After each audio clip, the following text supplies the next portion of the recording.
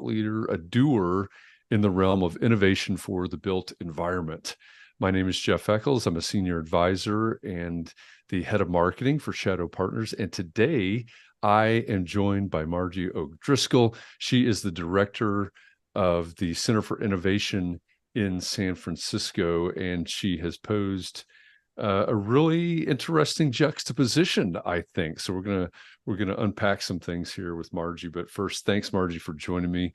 It's great to see you again, all the way from San Francisco, and I'm really curious to get into this idea that we were talking about before we went live here. Thanks for having me.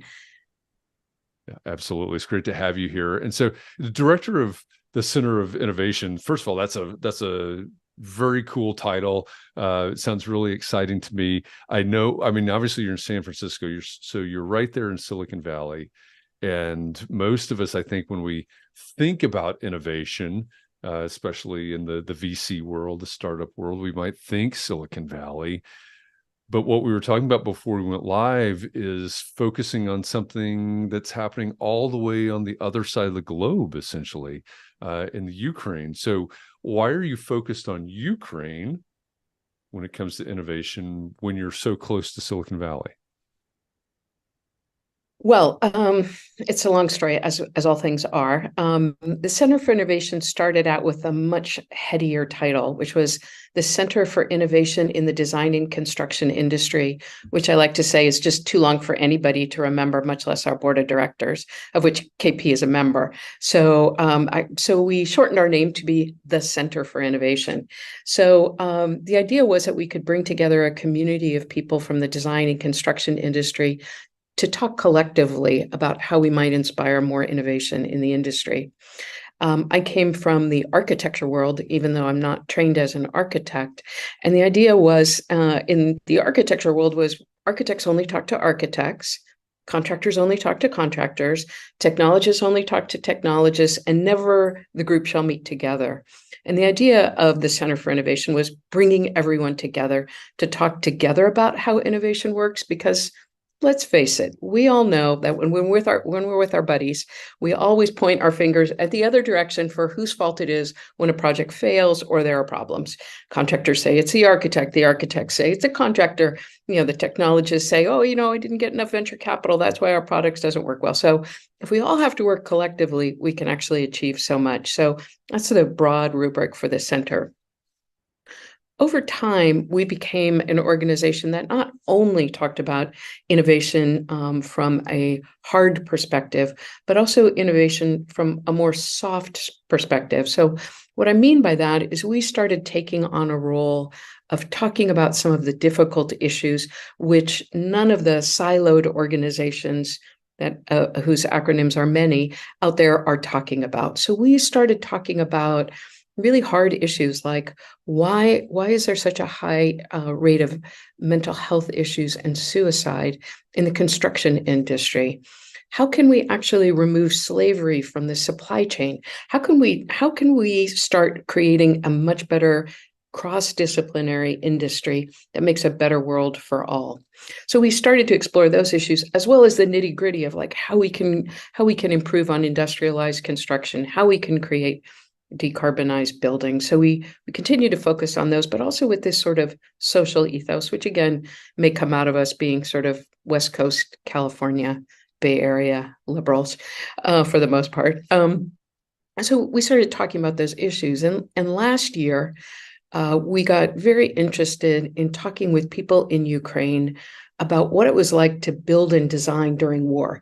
We seldom have that opportunity to really talk with people in perhaps the most stressful time of their lives, which is in the heart of war. How do you get up every morning? How do you build teams? How do you repair infrastructure when you're worried about your parents on the front lines in cities which are under siege? How do you bring your best self when you're worried about your children, your partners, all of those people in the midst of war? And it began this whole conversation with a group called Dobrabot. And Dobrabot is a Ukrainian-based organization which does emergency repairs. And so what does that actually mean? In the war-torn parts, the places under siege right now in Ukraine, if a missile comes and blows up your grandmother's farmhouse roof, she's going to call the mayor of her town and say, I've lost my roof. Who can help me? And the mayor will say, I can't do that. I don't know how to build. I'm an elected official. I don't know how to help you. So what has emerged in Ukraine is this volunteer organization called Dobrobot, with more than 40,000 volunteers in the whole nation, goes out and repairs roofs and windows for grandma, for other people. Their work is solely in the repair of housing, hospitals, and schools. So they just repair, if you will, the heart of the country, the social infrastructure. So we started working with them. We started talking with them about, what it was like to build, what were they learning, what were they seeing. And over time, we together hatched this idea that we would bring 10 Ukrainians to the San Francisco Bay Area to look at how we design and build. And so that became a pretty formidable project for our organization. And let me just say that we don't think the Bay Area has the market on creativity. It's just that that's where we're based. So we sort of know who we can reach out to and what we might be able to share with Ukrainians who want to learn a better way, because what they told us is the only way that we know how to build is by the way the Russians taught us, which is incredibly unsustainable. It drives on an energy grid, which is primarily nuclear power and coal. It's primarily concrete construction, so many of those things that we all hope, we can transform into better ways to build. So Dobrobot said, we'd love to come. We think that's really wonderful for us to come and learn from you. But hold on for a second. We actually think you should come first to the Ukraine and see exactly how we design and build. I'm seldom speechless, as you can probably tell, but when they asked me to do that, I was speechless and said, I need to check with my family about that, and so did the other people at the Center for Innovation. But the folks from the Ukraine were pretty adamant that it would be a good thing for us to do. And then we talked with the State Department, we talked with other people, and four Californians flew to the Ukraine, to Kyiv, and spent 5 days there in July. And we learned a lot. We saw some incredible devastation. We saw, the devastation wrought by the Russians included literally flattening a university. I'm just, saying that, flattening a kindergarten, destroying hundreds of units, thousands of units of housing throughout the country.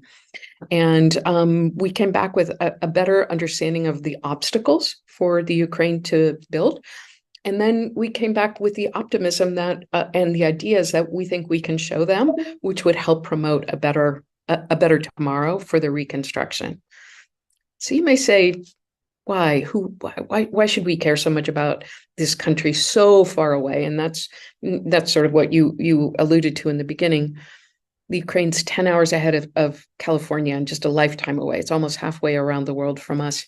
The Ukraine is about 1.5 times the size of California, but the devastation that they've had is simply amazing.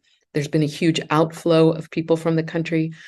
About 2 years ago, the population was 44 million. Now it's only 36 million people, as so many people have fled to the United States and Europe. And what we learned on our trip there was how concerned Ukrainians are with the need to rebuild right now during the war, so that when the war ends, people have homes and schools to come back to. The mayor of Irpin said it to me most clearly when he said, I need to have a kindergarten, a home, and an office for people to come back to. Otherwise, they're not going to come back to this country. And so we need to make sure that we create space for them. So that was our vow. The mayor of Irpin is going to be coming along with members of parliament and other mayors to the San Francisco Bay Area in January to come and understand more advanced means and methods of construction, and also learn more about infrastructure recovery. So we've got many wonderful partners, including the Trumbull Foundation and individual donors who care about this. But I think what has guided the Center for Innovation, and this is a very long way of answering your question, so I apologize, Jeff, is that for the Center for Innovation, when you think about the opportunities for rebuilding in Ukraine, it's going to be as profound of an opportunity for innovation in the design and construction industry as reconstruction was after World War II. That's that's a striking way to put it. Um, I think we often think about, I mean, when we're having conversations about industrialized construction or housing insecurity or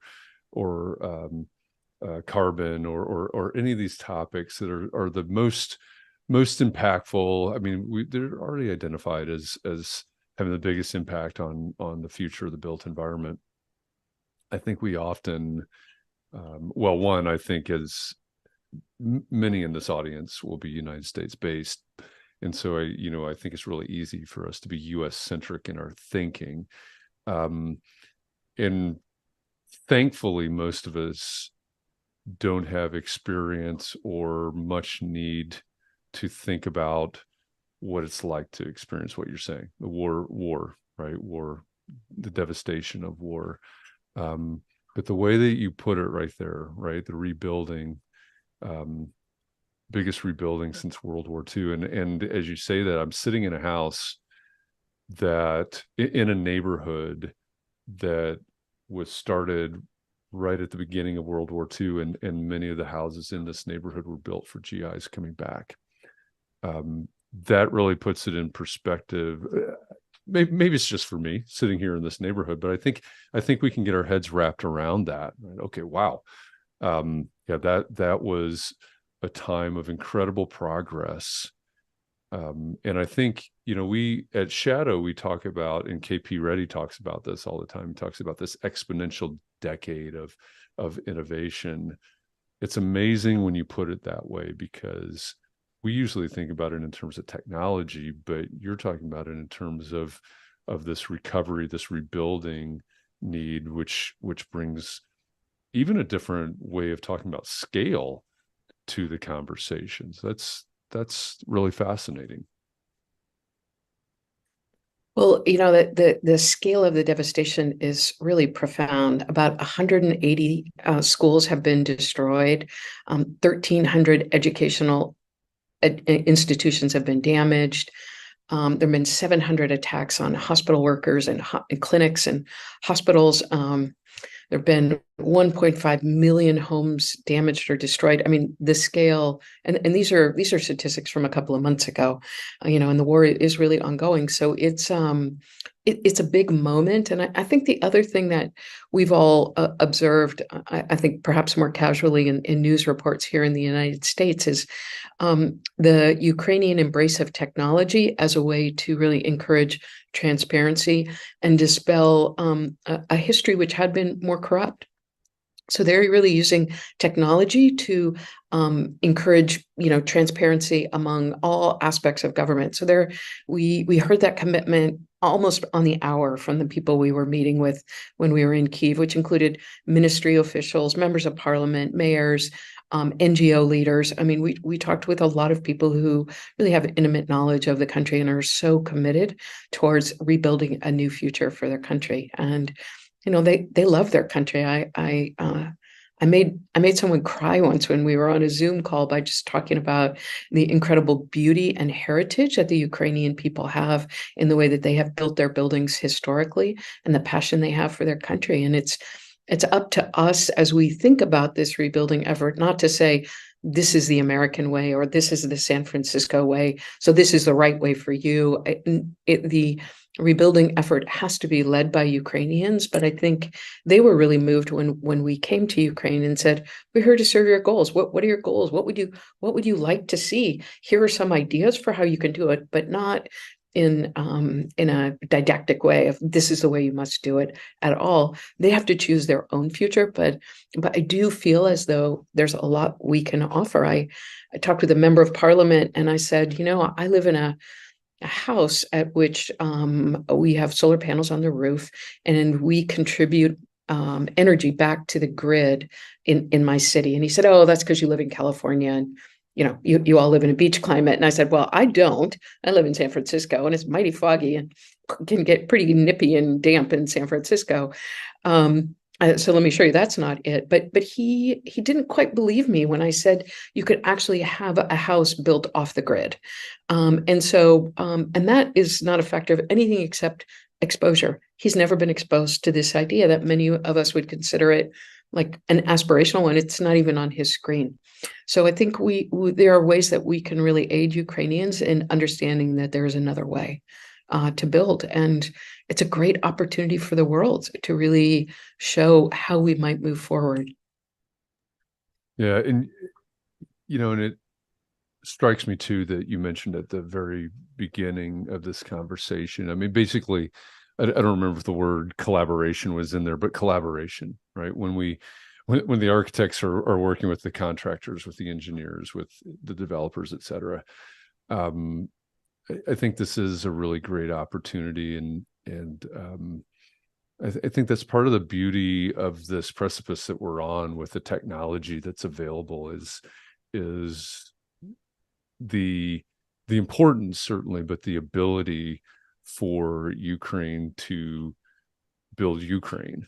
Like you said, not in the American way, not in the U.S. way, but in the Ukrainian, whatever the future Ukrainian way is. I mean, we could get into architecture history, go back to architecture school all of a sudden, but I think that's what is probably in the future, and I think that's a beautiful opportunity, and I'm glad that the Center for Innovation is playing a part in this to just aid in that effort, because we have the tools, and that's what they are, the tools, right? How are you going to use the tools? How are we going to use the tools, et cetera, to achieve these goals and imagine a new future for Ukraine? That's exciting. It feels strange to say it in that way, but that is exciting in a way. Well, the sorry truth. Oh, I'm sorry. Go ahead. No, go ahead. Go right ahead. I said, this just about an hour ago, I got off the phone with somebody in Maui, talking about the devastations of the fires there.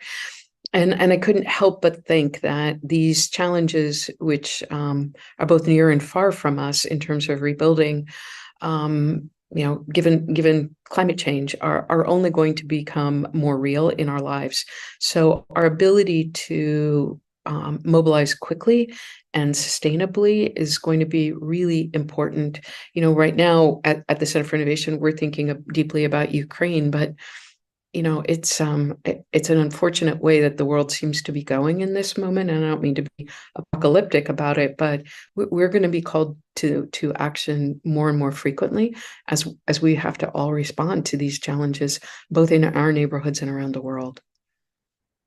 Yeah, so I would love to have you back, because that's the mobilization issue, I think, is going to be forefront in innovation for the built environment. I mean, it has to be, as you're identifying in that comment right there. So you need to come back. So that's the challenge. You need to come back so we can have that conversation as well, because it's certainly tied to this.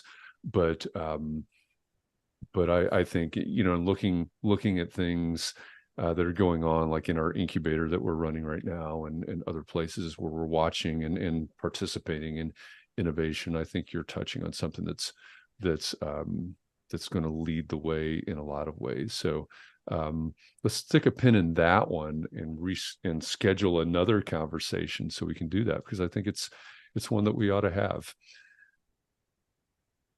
Margie, Yeah. thank you so much for this conversation. It is, and before we went live, we talked about, there's certainly Ukraine, but there are things that are happening right now as we speak. I haven't seen any news today, but unfortunately it's not a unique situation throughout the world. It also unfortunately develops unique opportunities, but that's the key. It's how are we going to get involved in those opportunities and assist with those opportunities. So thanks for what you're doing, and thanks for helping us to understand what the Center for Innovation is doing. Not necessarily in your backyard, but there is a correlation there. Certainly, there's a connection there. So thanks for jumping on with me. I appreciate it. And for those that are watching or listening, if you want to know more about the center, for Innovation. What's the best way, Margie, for them to get information? Is it to reach out to you on LinkedIn, or how would you prefer that people Sure. uh, get That's more great. You can information? reach out to me either via LinkedIn, or we have a pretty robust website, which is the centerforinnovation.org. Excellent. Thank you for that. So centerforinnovation.org. As Margie mentioned, if you're familiar with Shadow Partners, Shadow Ventures, you certainly know KP Reddy. He is on the board there at the center. So there's a little connection here, certainly. But check it out, centerforinnovation.org. And Margie's going to be back. I'm going to hold her to that. It's so that we can talk about mobilization, because that's another great topic. Until then, I'll be back again tomorrow with another one of these Shadow Shorts. So thanks for joining us. We'll see you again tomorrow. Thanks, everybody. Thank you so much. Really an honor to be Absolutely. here. Oh, it's great to have you here.